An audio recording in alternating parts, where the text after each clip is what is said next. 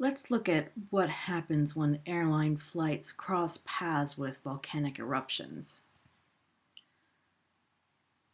The first incident that I'll tell you about was a British Airways flight in 1982 that flew through an ash plume from Galunggung volcano in Indonesia.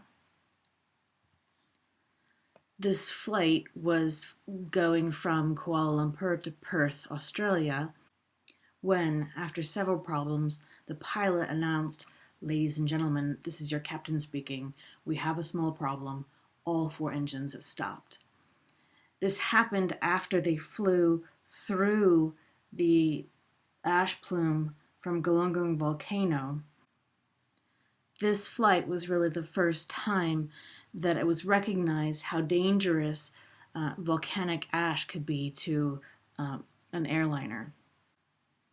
You see that the path moved through the ash plume and then turned around several times and finally landed, not at its destination, but at a safe place where they could actually land the plane. The reason for this was that they lost all the engines, and in the process of trying to land the plane, managed to pull down below the height of the ash plume. The engines restarted, and they safely landed the plane. There's a very compelling short story in an article that I put online for you if you want to read more, but let me just give you a few details. First, the volcanic ash that this plane encountered is, like all ash, very small particles of glass, rock, and pieces of crystals that are exploded out of the volcano. And this material is very abrasive and hard. And it causes several problems with the aircraft. Some indications that an aircraft has inadvertently entered a volcanic ash cloud are smoke or very fine dust in a cabin, an acrid odor like electrical smoke, low airspeed indications, cargo fire warnings that are caused by ash triggering smoke detectors, static discharges called St. Elmo's fire around the windscreen or on the wings, the stabilizer, or the fin tips, a white glow, which is a searchlight effect at the engine inlets, and multiple engine malfunctions that could be a stall or a power loss. And just to point to some of these on this diagram, it causes erosion along the leading edge of the wings. It causes the cockpit windows to get scratched and abraded. It causes damage to the fan blades in the engine, erosion on the rear fins of the plane. And here's some of that damage, including the ash melted on various parts, ash deposited in engines, corrosion of metal parts, erosion of the fan blades themselves, and abrasion on windows that are going to cause a problem for pilots' navigation. It's a kind of sandblasting that the ash does to the glass. There are several encounters every year with ash clouds and airline flights. And this plot just shows in the last 30 years the number of encounters ranging from just a few to as many as 25 in the early 90s. And this is all because the flights are crossing parts of the Pacific Rim that is surrounded by volcanoes. These are some major airline flight paths that go through that region. We look at the actual flight paths. These blue lines are the major air routes, and you see the red dots that represent those Pacific Rim volcanoes and others. And these in particular are the volcanoes that produced the ash clouds that damaged aircraft between 1990 and 1999.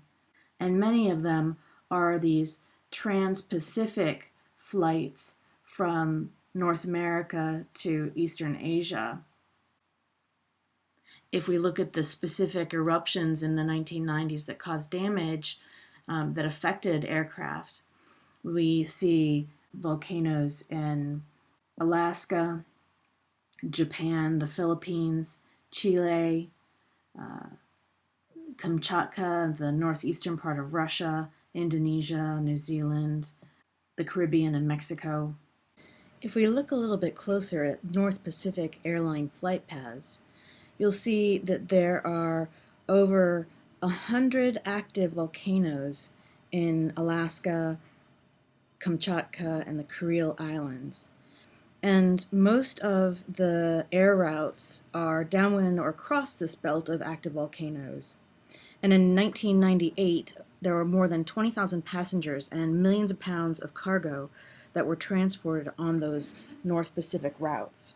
And this represents more than 90% of all the cargo flights between Asia and North America. And let me just show you about one eruption of the Kluchevskoye volcano in 1994. This eruption spread a plume of ash that traveled across the Pacific. And satellite data showed this ash cloud from the October 1, 1994 eruption of Kluchevskoye volcano. These red lines represent those air routes across the North Pacific. Air routes were severely disrupted for 48 hours. And here's the ash cloud taken from the space shuttle.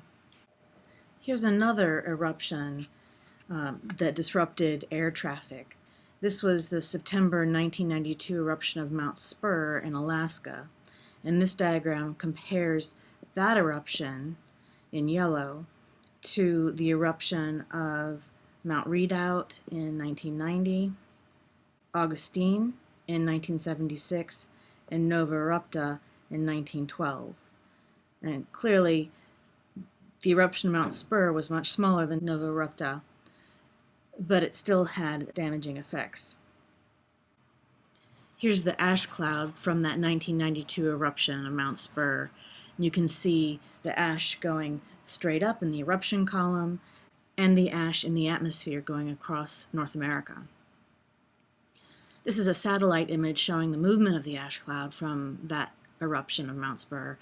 This was over 2 days after the eruption and 5,000 kilometers downwind. The ash cloud disrupted air traffic near Cleveland, Ohio, because pilots refused to fly through a visible ash cloud. And what you see is the progression from that September 17th to September 20th as it follows the jet stream across North America. More recently, the April 2010 eruption of Eyjafjallajökull disrupted air traffic across Europe. Here's an image of that ash plume as it traveled from Iceland across the North Atlantic toward Europe on April 15, 2010. That ash plume spread to eastern North America, as far south as the Mediterranean, and almost into eastern Russia over an 11-day period. This photo shows the orange glow to the sky that results from dust particles that are suspended in the atmosphere and scatter light. And this was taken from the Leeds Bradford Airport in England during the aviation shutdown in an area that would be in flight paths. The eruption of that Icelandic volcano brought European aviation to a near standstill in the worst disruption since 9/11. The airspace was completely closed in the areas shown here in red and partially closed in areas shown in orange because of air traffic rules. This shows a time sequence from April 17th in the upper left to April 18th, April 19th, and through to April 20th.